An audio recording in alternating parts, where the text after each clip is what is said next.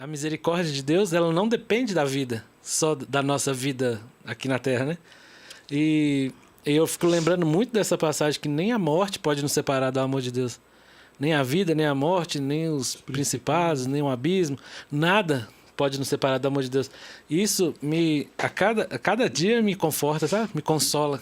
Quando eu fico com medo, eu lembro disso, falo, nem a morte. Então, porque o medo do meu pânico vinha a partir daí, né? Do medo de morrer. Então, eu sempre que vem esses pensamentos, eu recorro a esse trecho, né? Que é em Romanos 8, né? Que nem a morte pode nos separar do amor de Deus.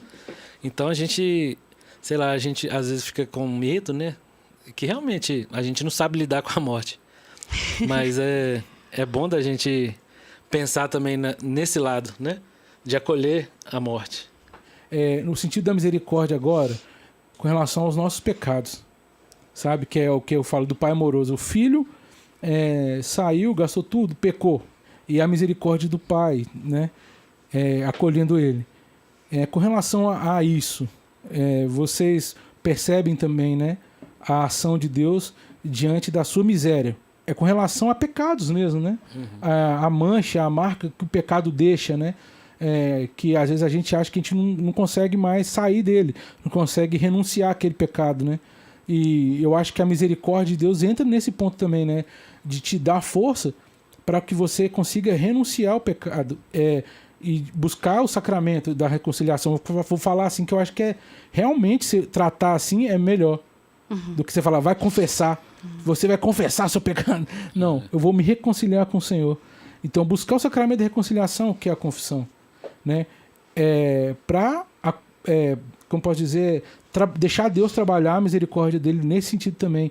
Não só no sentido da doença, de ter, sabe, de ver Deus agindo nas suas dores, né? Mas nas suas fraquezas.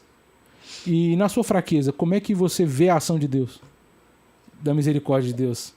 Mas é nesse ponto aí que eu falo da reconciliação. Porque foi a partir daí que eu entendi também, na minha história, né? Que eu precisava me reconciliar com Deus. Por quê? Porque com o meu pecado, eu saía da graça. Aí eu lembro era isso que eu queria falar. E eu lembro de Paulo, que ele fala, só a sua graça me basta. Por que Paulo falava isso? Porque ele precisava estar na graça de Deus. E o que tirava ele da graça? O pecado. Pra mim, né? Paulo falava que tinha um espinho na carne. Né? Isso. O que me tira da graça de Deus? O pecado. E quantas e quantas vezes que eu tive que confessar o mesmo pecado, sabe? Até hoje, às vezes, eu confesso o mesmo pecado. E precisa confessar, porque é ali que está a salvação. É na verdade, né? Uhum. E é nessa reconciliação que vem essa experiência mais profunda da misericórdia, para mim. Então, a gente pode definir isso, né? Que a nossa busca pela santidade é por amor, não é pelo medo de ir pro inferno. Não. É por amor. Por amor. É isso aí que tem que ficar, porque eu tava no carro que eu tava falando que eu tava viajando, era isso, assim, é mesmo, né, velho? A gente tem que ir pro céu, porque é lá que a gente tem que viver mesmo. No céu há várias moradas, eu quero ter um lugar bacana lá, mas eu quero por amor, porque imagina eu passar por tudo aqui na Terra e chegar no final, não contemplar Jesus, não contemplar Deus, não contemplar a graça que é a vida eterna, sabe? De fazer esse caminho, é igual a gente fala, o cara quer aposentar, e o que ele faz? Ele recolhe a FGTS, ele vai pagando o INSS, vai pagando... Prepara o futuro. Ele quer ter uma aposentadoria, ele trabalha pra caramba pra ter um conforto.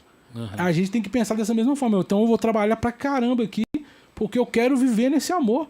E não é aqui, o reino do Senhor não é aqui na Terra, ele falou isso.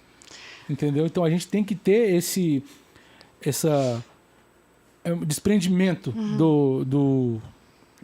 da carne aqui na Terra, das coisas boas, vou falar assim, do prazer. Às vezes você tem que renunciar, é por amor. Até você falar nisso, eu acho legal, eu não sei se é certo também, mas talvez eu tô com uma espiritualidade assim, mas eu raramente penso no inferno. Eu nem penso no inferno, pra te falar a verdade, eu não penso no inferno. Eu não penso que se eu falar mal do meu irmão, eu vou pro inferno. Eu não penso nisso não, sabe? Porque eu acho que eu colhi tanto essa misericórdia que eu não penso isso. Eu não tô falando que é Tá certo, certo, não, né? porque talvez me falta um pouco isso também. Mas o que me segura muito mais é isso, de amor. agradar. Exatamente. Essa é a minha didática, sabe? Talvez Deus ainda vai me mostrar que eu preciso de preocupar mais com o inferno também, mas hoje o amor me prende muito mais. Mas eu acho que o segredo... É um segredo. Eu vou falar que esse também pode ser um segredo de santidade, né? De não falar, de experimentar o amor de Deus. Você experimentou e a gente quer anunciar primeiro, né? Você tem vontade de falar, você tem vontade de viver, mas aí quando você é sozinho, aí que são elas, né? Porque, igual você falou, eu tive que animar o retiro. Que se dane, você tem que animar o retiro. O Padre Jonas falou isso. A dor é minha, mas o meu sorriso é do outro, entendeu? Então, é você e Deus que tem que resolver essa parada, essa situação, entendeu? E quando você tem esse encontro pessoal com o Senhor, com a misericórdia dele, que eu acho que é o caminho que Deus te dá, é uma direção que Deus te dá para tentar viver essas renúncias. Eu quero tocar um pouco nas renúncias. Porque você... por isso que eu falo do inferno. A gente, por exemplo, igual você falou, eu nem penso tanto no inferno. Mas é porque hoje você consegue enxergar um amor. Você quer viver essa plenitude da vida eterna. Né? Você tem mais sede disso do que medo do inferno. Isso é natural, sabe? A gente tem que ter essa visão. Mas só que quando a gente fala, vai abordar o tema pecado, por exemplo, numa pregação, não sei o quê, a pessoa que está no pecado ali, de repente ela não vê dessa forma. Ela fala assim, mas isso aqui não é pecado, não. Entendeu? Isso aqui é um pecadinho de nada, eu acho que Deus vai relevar isso aqui. Sabe? E qual que é a consequência disso depois, sabe? Desacralizar o sagrado, de não enxergar essa misericórdia como se Deus é uma misericórdia... Ele não é justo, né? Deus não é justo. Ele é amoroso e ele vai aceitar minha miséria, ele não é bom. Então ele tem que me acolher com meus pecados e tudo mais. Aí não tem essa... quando você tem esse despojamento, esse desprendimento, essa renúncia por amor. Você entendeu?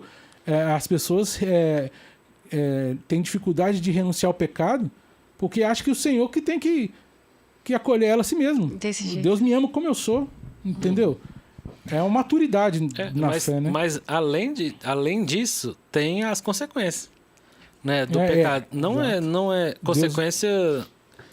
de vida mesmo, não consequência que Deus vai de te inferno. castigar, né? Não é Deus consequência aquilo que você vai colher.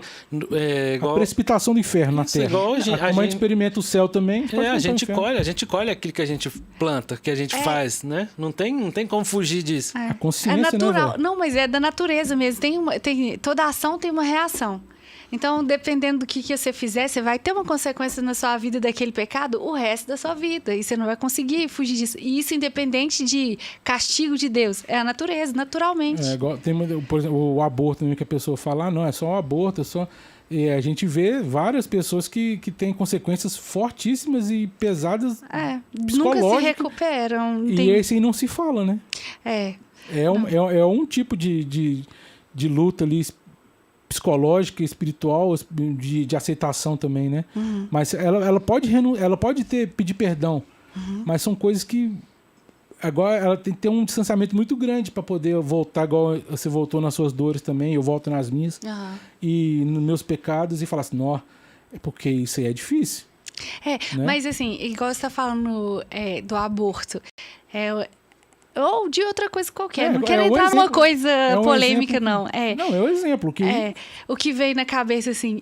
Mas toda vez que eu pego também com a consciência e com a escolha eu quero,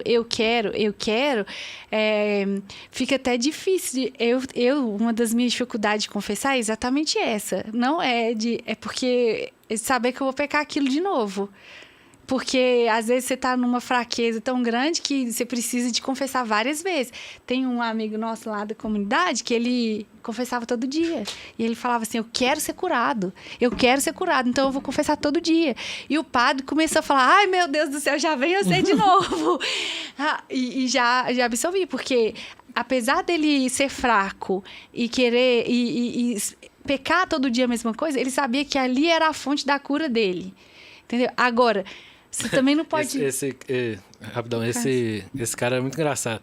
Ele sabia os horários de todas as confissões, de todas as igrejas do centro, de todos os padres que ele conhecia todos os horários, todos os lugares, não sei quem. Ele ia lá, não perdia tempo. Mas eu não sei se vocês lembram que eu já partilhei isso, até aqui no canal, que eu tinha uma dificuldade que eu... eu nem vou entrar no detalhe do pecado em si.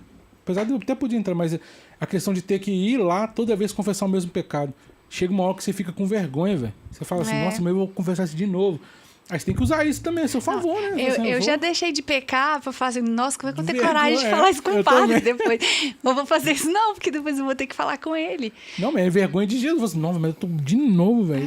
Você tem que usar isso também. Mas passa pela vergonha do padre também. Também. Uma tática que eu usava era de não conversar com os padres que eu conhecia. Até que um dia eu recebi um puxão de orelha, que é uma não confiança na misericórdia. Não confiar também no padre que está fazendo de você um caminho, né? E aí foi até lá na comunidade também que eu aprendi isso, que eles me falaram assim, mas o padre é a pessoa mais próxima entre você e Deus, porque é ele que sabe das suas fraquezas. Ninguém vai ouvir suas fraquezas como um padre. Então é ele que vai poder interceder por você mais profundamente. Agora, se você vai cada hora num padre, se você tem essa possibilidade de ir com o mesmo padre, um padre te conhece, até o olhar de misericórdia dele, sabe? Ele vai interceder por você.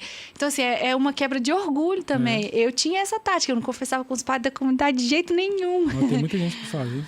Mas aí depois, hoje não. Mas eu Fernanda, eu tenho essa dificuldade de confessar, assim, sabe? Eu tenho essa dificuldade. Mas eu já deixei de pecar por causa disso, mas tem que usar. Falar assim, eu não vou ter coragem de depois, como é que eu vou confessar isso? Vou fazer isso? Não, decidi parar.